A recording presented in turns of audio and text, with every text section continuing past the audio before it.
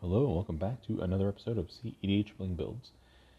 With the new ban and restricted announcement released a couple of days ago for EDH, uh, the announcement being no new bans, Dockside Extortionist and Thassa's Oracle live to see another day.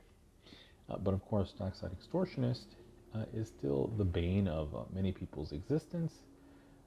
They feel it's way too powerful of a card.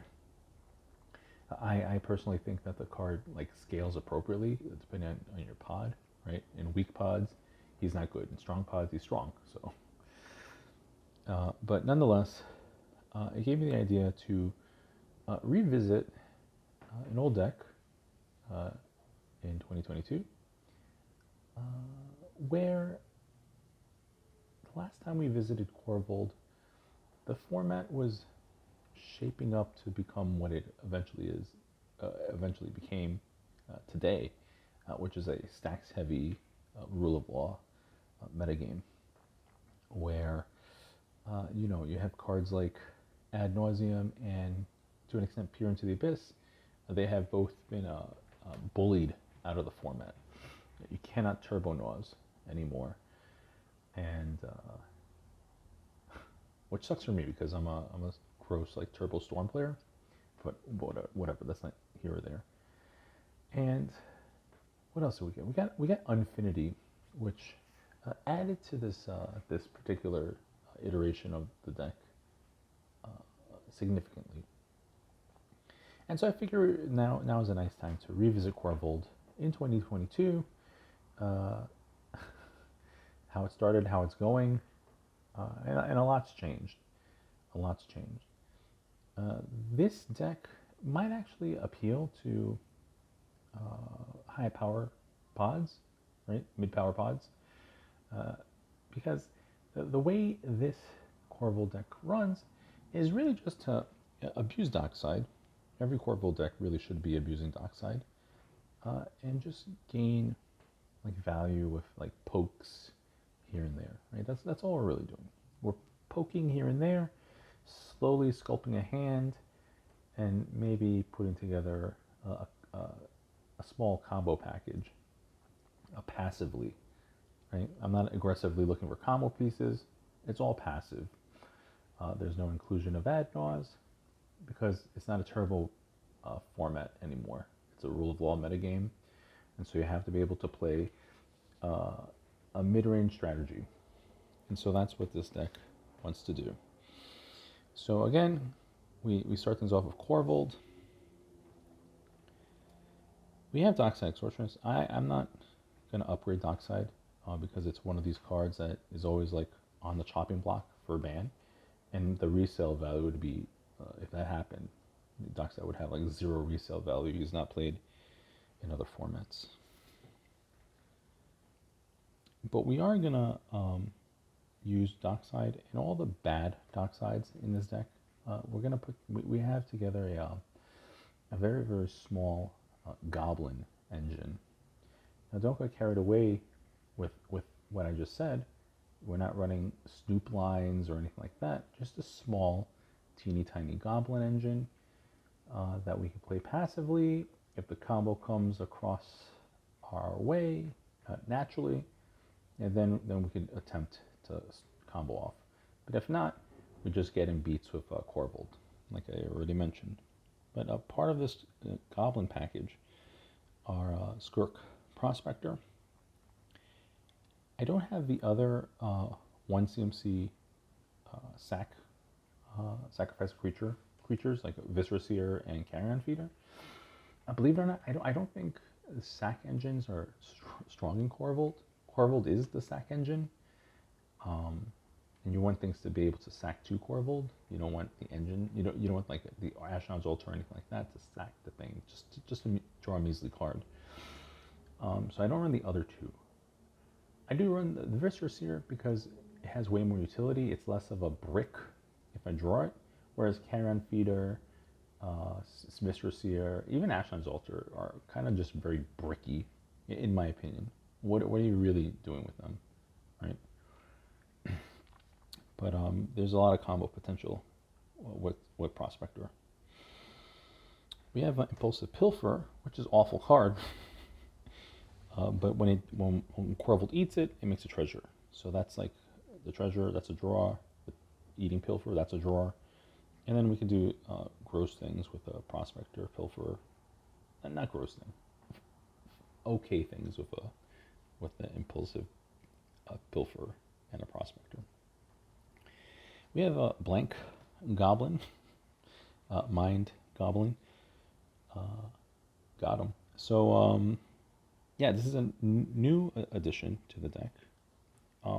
Not as amazing as Dockside, clearly, because it's not treasure, it's just a seething song, if we're lucky. If you build the most optimal version of the sticker deck, there's about a 70% chance that you'll find the Goblin will be a seething song. Actually, I have that right here. So let's quickly go over an optimized sticker deck.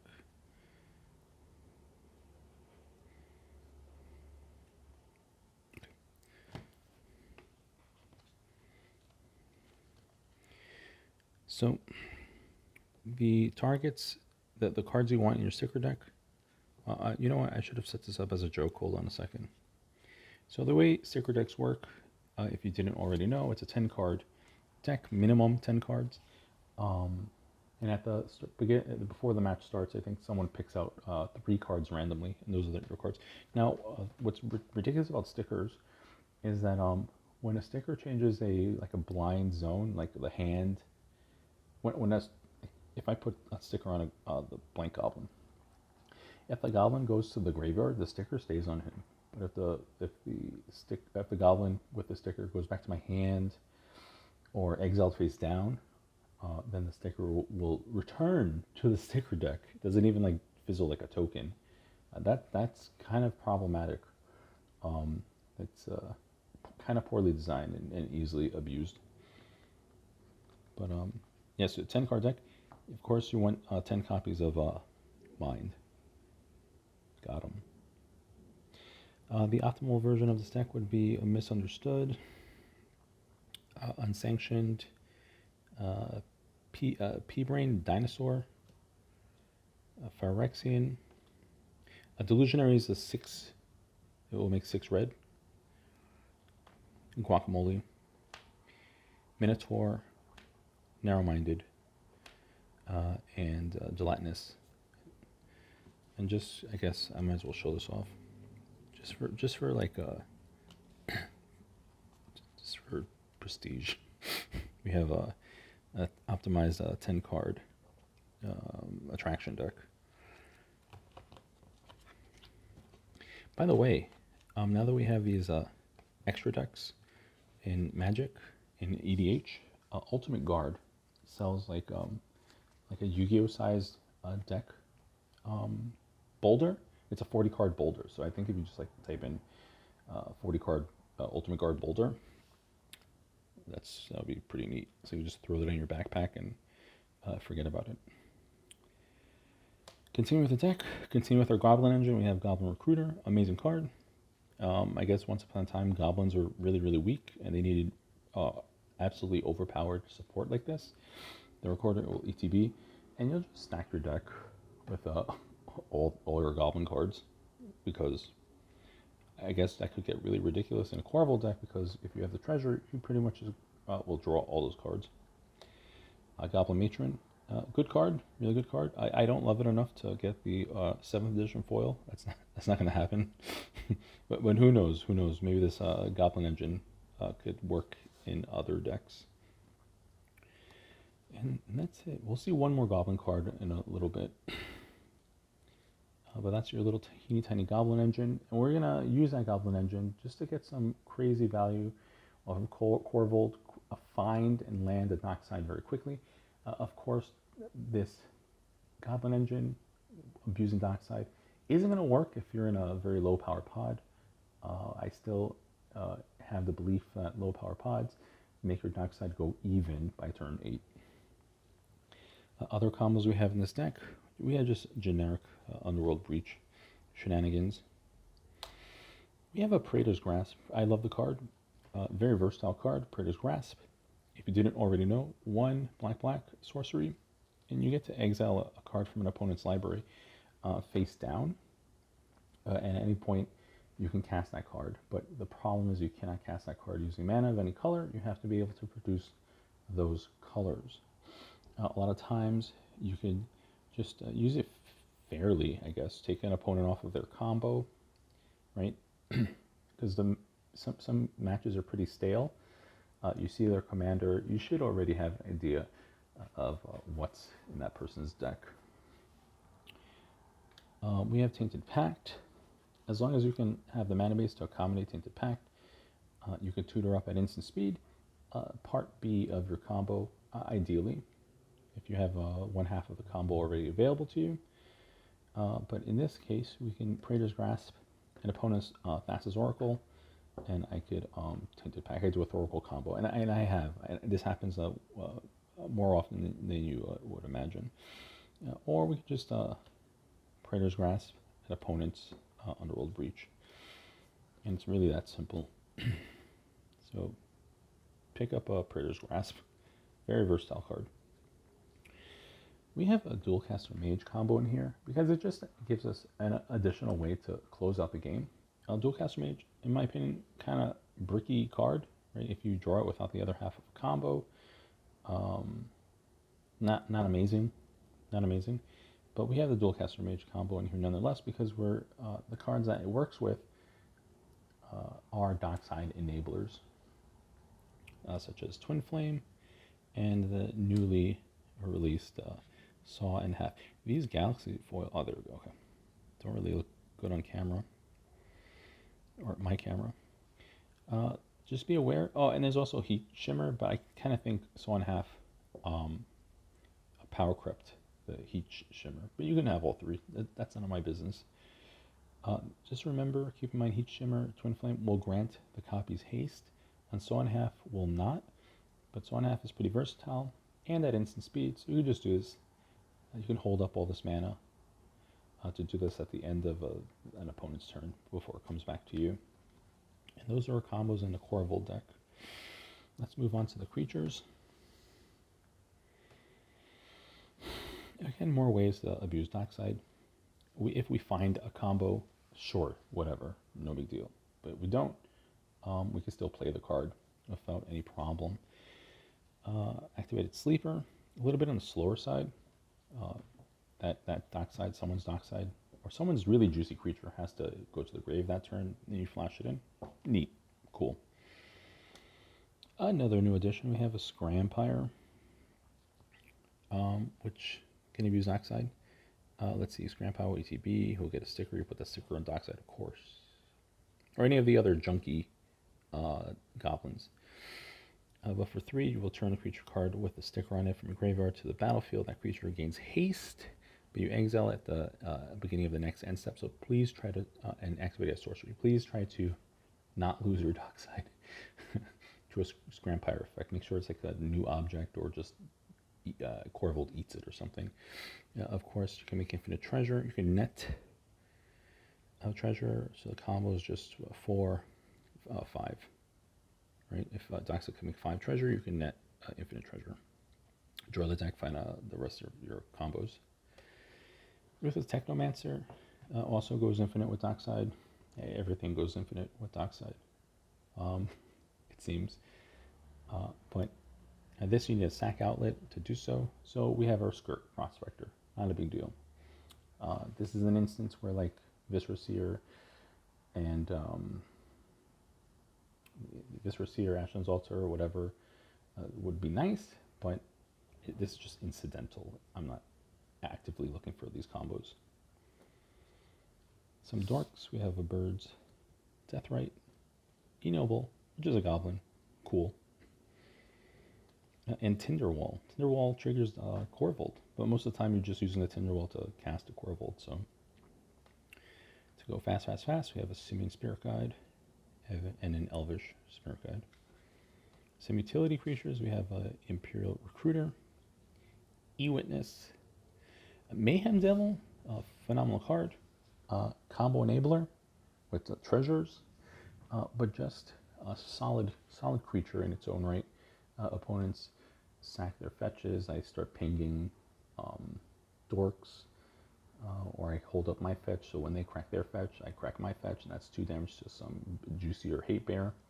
Little things like that. Treasures start killing boards. It's just a lot of value. A lot of value. And then of course with Infinite Treasure, I could just pew pew pew pew pew. Probably kill your Dockside with your own Mayhem Devil, and then use the other Infinite Treasure to kill the board. You don't want to draw your deck. Our counters package, we're not in blue, so we have soft counters. Autumn's Veil, the Veil of Summer, Red Elemental Blast, Pyroblast, and a Deflecting Swat. If I had space, I'd probably add an Imp's Mischief. That's just a card I'll keep my eye out for when it would be able to perform well. A removal package, we have a Braid, Delayed Blast Fireball, pretty strong card. Foretell, just remember how that works. And it's at instant speed. Can't ask for more. The only problem is it doesn't kill a Drannith Magistrate. Abrupt Decay, Assassin's Trophy. Very simple pimple combo, but depending on your metagame, depending on your pods, maybe you have to add or remove counters and removal. Some rituals, we have a Dark Ritual, Cabal Ritual, Rite of Flame, and a Jessica's Will. I would love to squeeze Culling the Weak in a deck. I took out Reign of Filth, but it's fine. I'm in no real rush to ramp, black ramp into Ad Nauseam Pier, right? So that pressure is off my mind.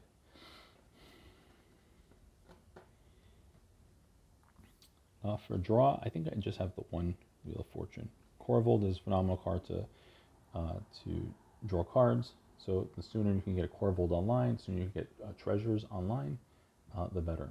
Oh, notable exclusions. I don't have space for Grim Hireling, Professional Facebreaker, and even what's his name, the little monkey, Ragavan. I just don't have the space.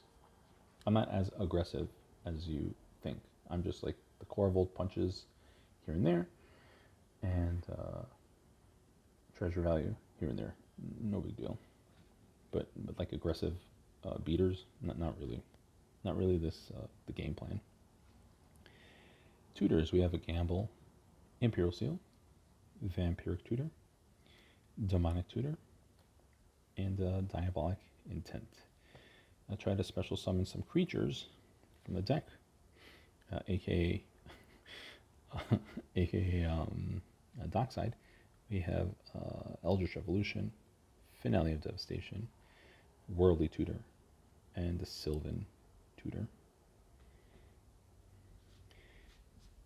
To some degree, Entomb is a tutor, but this will lead us into our reanimation recursion package for that juicy Dockside abuse.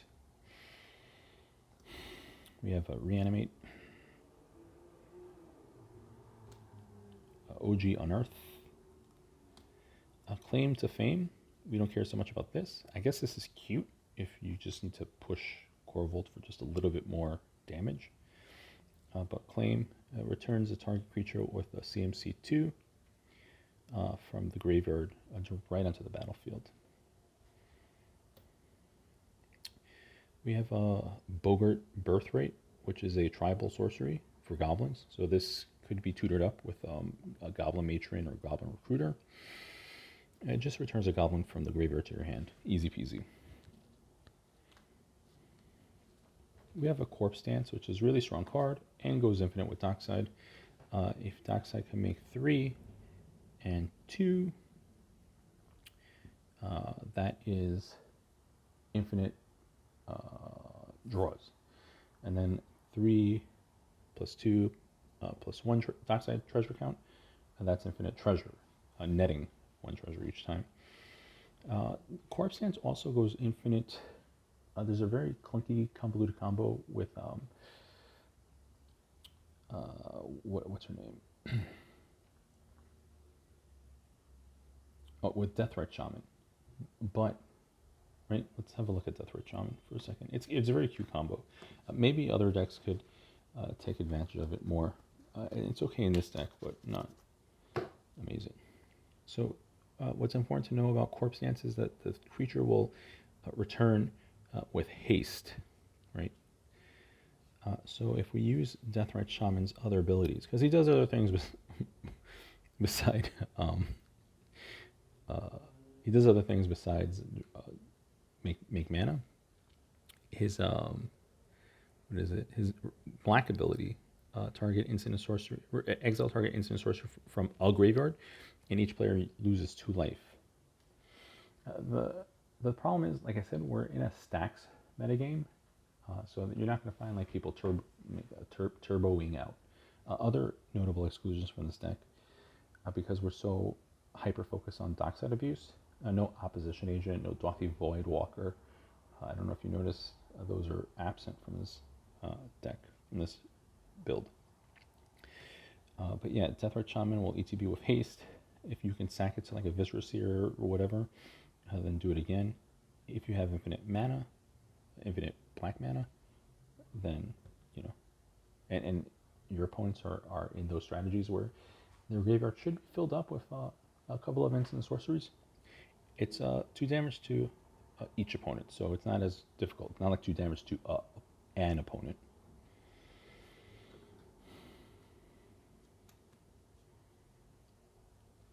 We have an Agadeem's Awakening.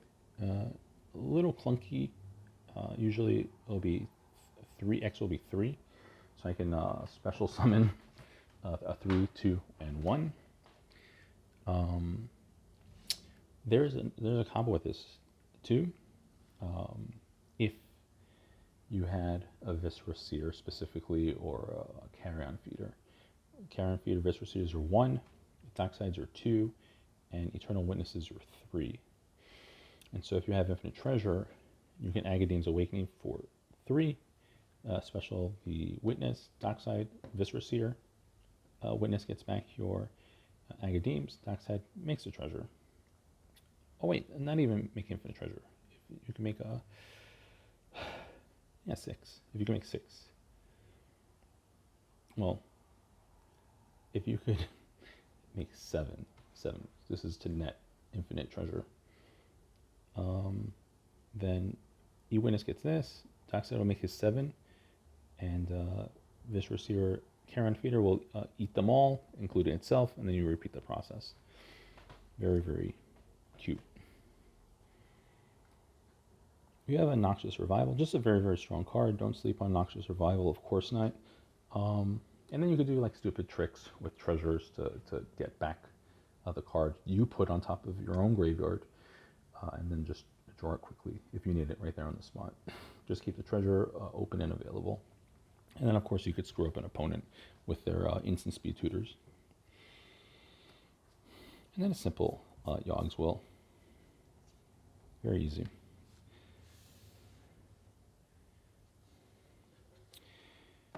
Our artifacts and enchantments. For more Dockside abuse, we have Dance of the Dead and Animate Dead. We don't have Necromancy. It's a little bit too high on the CMC. Necromancy is really juicy with a Protean Hulk at the end of an opponent's turn.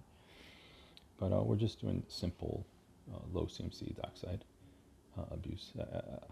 Take a shot every time Tuna says a Dockside abuse, and you die. Sylvan Library, Carpet of Flowers. That's it. For some eggs, we have Jewel Lotus, Lotus Petal, and of course Lion's Eye Diamond. We have Arcane Signet for some colors, Felwar Stone, Mox Opal, Mox Diamond, Chromox, and Mox Diamond. We have a Mana Vault, Soul Ring, and a Mana Crypt. And then wrapping things up finally with the lands package, we have all 9 fetches.